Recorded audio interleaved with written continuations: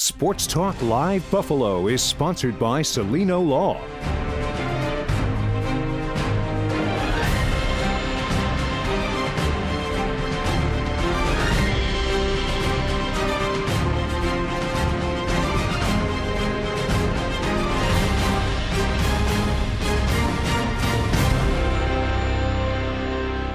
Welcome to Sports Talk Live. I'm Sports Director John Scott, joined by our Hall of Famer Vic Carucci. Paul Hamilton tagging in later as we get into the Olympic hockey, plus a possible flurry of action when the NHL trade freeze ends in a week. Bills training staff under fire by the players themselves.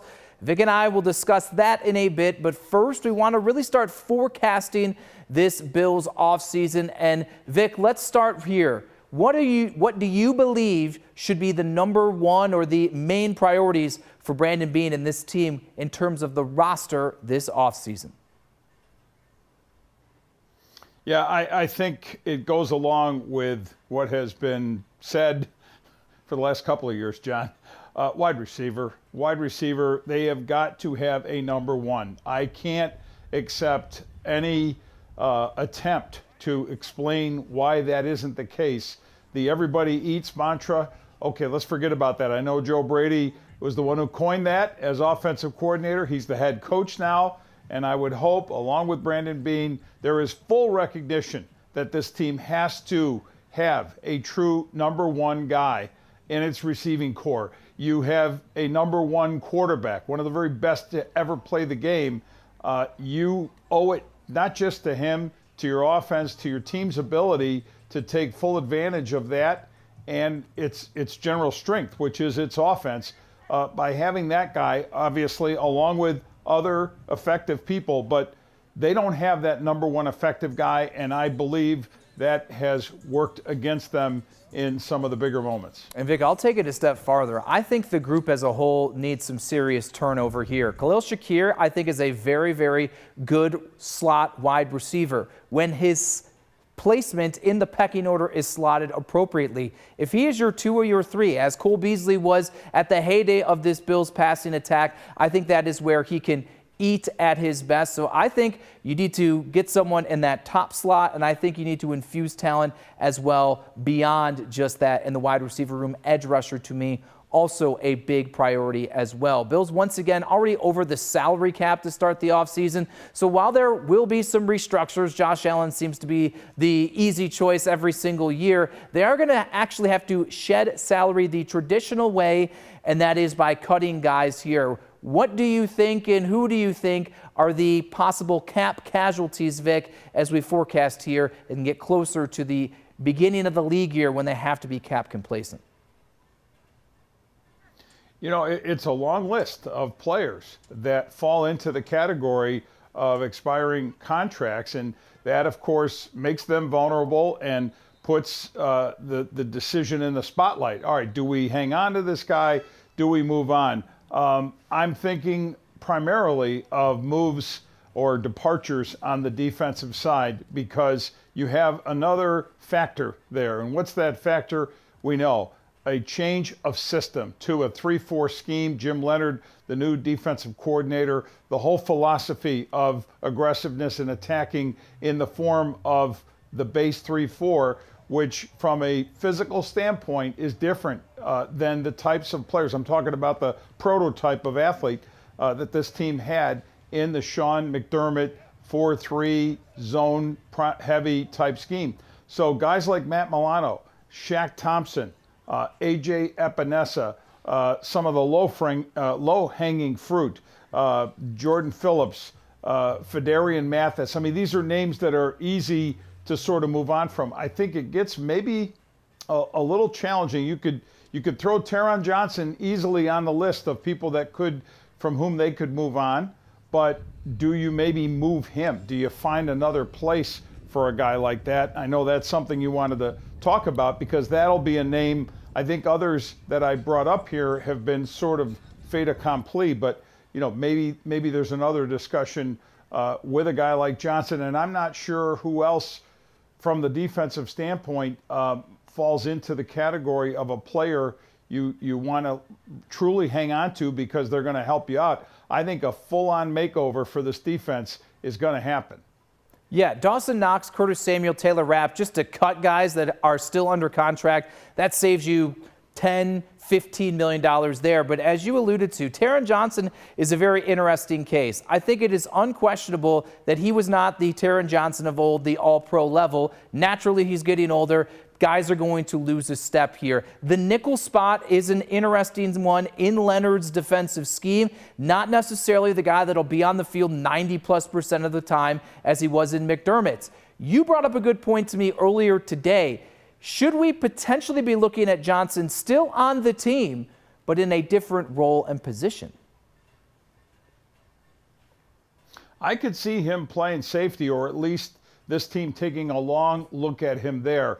I think he has the combination of elements of a guy who, when he is playing well, when he is at his best, when he's healthy, covers and can give you that deeper coverage, dependability, but also to be utilized as a blitzer or as a simulated blitzer. I mean, there's a lot of different things. I think Taron Johnson's feel for the game, his instincts lend themselves to being that safety, which is as heavy a thinking position as there is on defense and helping to quarterback that group. You mentioned Taylor Rapp, and I think there's a great likelihood you're moving on from him from that safety spot.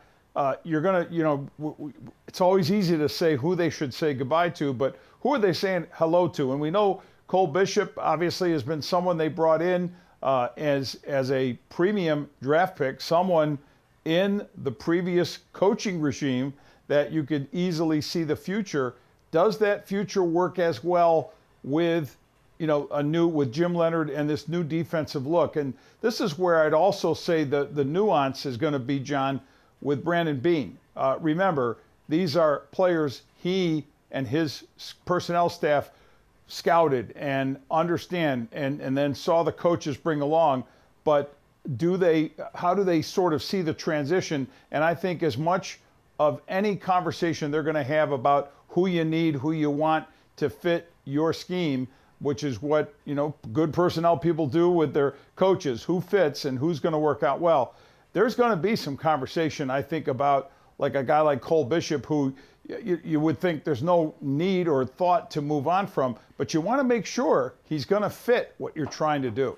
Yeah, Taron Johnson, he would have to be a post-June 1st cut if they were going to go that route. Save over $8.5 million, but dead cap spread over 2 years, over 2.5 this year, 6.5 plus next season as well. Let's go on the flip side of things, because there are a long list of unrestricted free agents that the Bills are going to have to decide, do they try to bring them back or do they just say, goodbye, we're going to move on? And I think the biggest ones are on the offensive line in center Connor McGovern and guard David Edwards, because that group as a whole has been fantastic, Vic. What are your thoughts on the possibility and ability overall to bring back McGovern, Edwards, and if you're going to choose one, who would it be?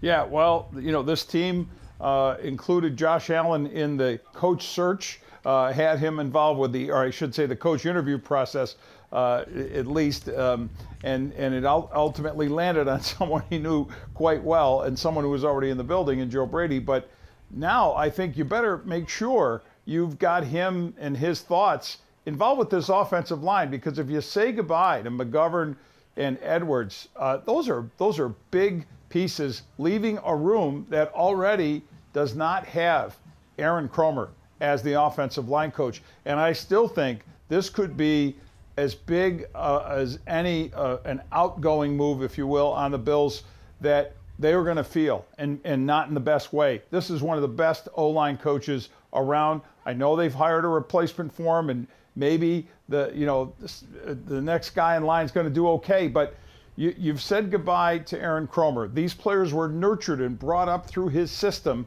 and found their way in a very strong way in terms of this cohesion of this unit, the way it helped James Cook become a rushing champion.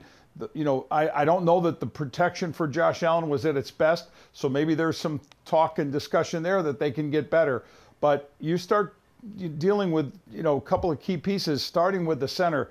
Those are big moves that I think are going to take a lot of thought. Yeah, I would prioritize McGovern over Edwards, though. I think it'd be a home run if you could somehow keep both. Keep in mind they have youngsters like Cedric Van Pran Granger, who they've drafted and developed for a couple years. This is usually the succession plan to save some money. They have a litany of other free agents that are upcoming here. Names like Joey Bosa, AJ Epinesa, Daquan Jones, Matt Milano, Tre'Davious White, Jordan Poyer, Brandon Cooks, and on here. Any one of them, Vic, that you think would be a good investment to bring back here before they hit the open market?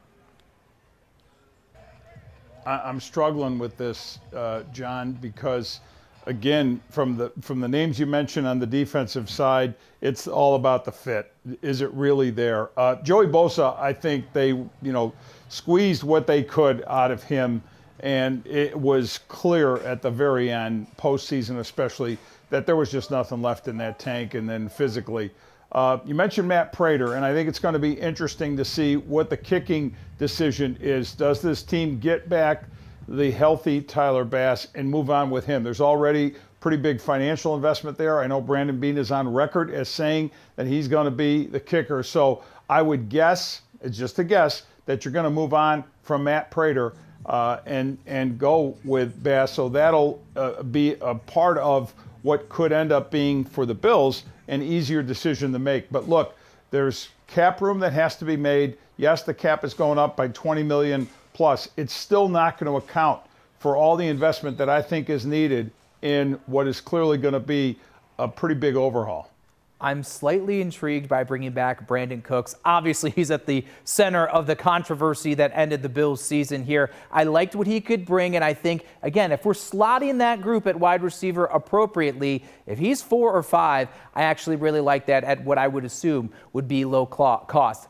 Finally, somewhat quickly, and we will touch on this again as the months roll along here, but how aggressive do you think Brandon Beane will be this offseason, whether it's trades, free agency, moving up and down in the draft? How do you think he's going to maneuver the next few months?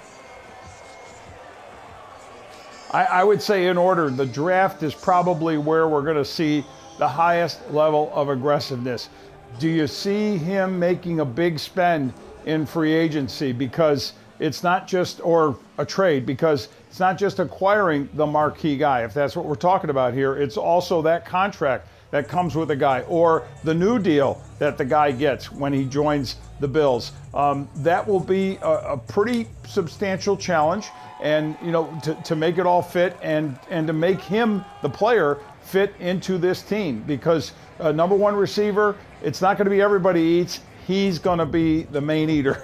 And then relative to anything else they do free agency wise, maybe on the defensive side, but D linemen, linebackers, how they fit the 3-4, who's available there. I know this is not an overly robust free agent market, generally speaking, but we'll see how that all plays out. I still think the draft is going to be the big place to go. I think this is going to be a Stephon Diggs-esque type of a trade to get a known commodity at the wide receiver position.